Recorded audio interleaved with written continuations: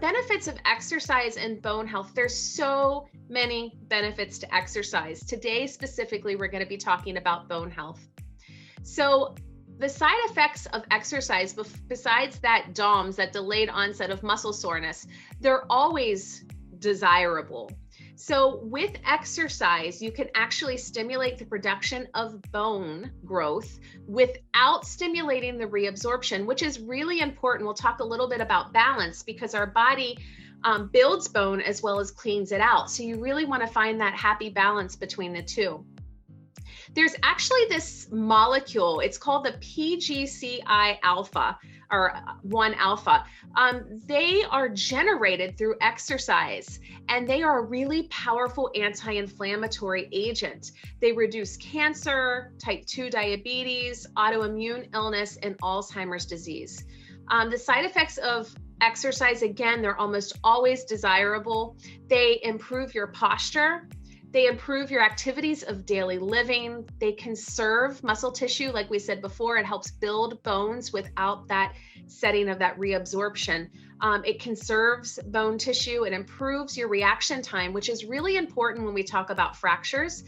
Because when you start to stumble and start to fall, a lot of people either go with it or they have that quick reaction time where they're able to self-right and keep themselves upright. Because again, with osteoporosis, it's always about the fall risk. It's your fall risk and not fracturing those bones. And it improves your balance.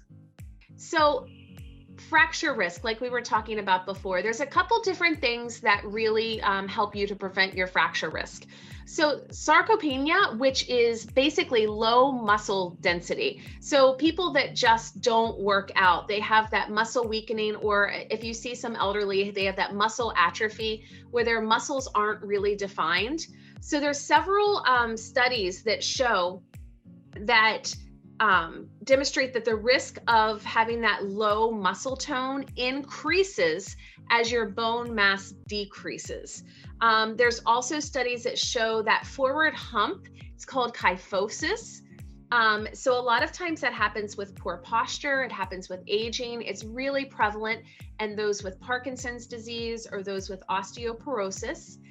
So the more that you start to bend forward, the more gravity sets in. The more gravity sets in, the more you bend forward, and then the muscles weaken and you get this muscle imbalance, and it increases the pressure putting on your vertebrae, which increases your fracture risk in your vertebrae. And then also your balance. So balance, when you have muscle weakness, hearing loss, you start wearing glasses, and some people get neuropathy through diabetes or some other sources. These are all things that maintain your balance. So when you start to age and you start getting these things, it actually really makes falling more prevalent in your life. So what we do at Wellness 360 is we come in there and try to work on your balance. We work on your posture. We work on your muscle tone. All of these things together keep you more upright, keep your balance, and decrease your fall risk.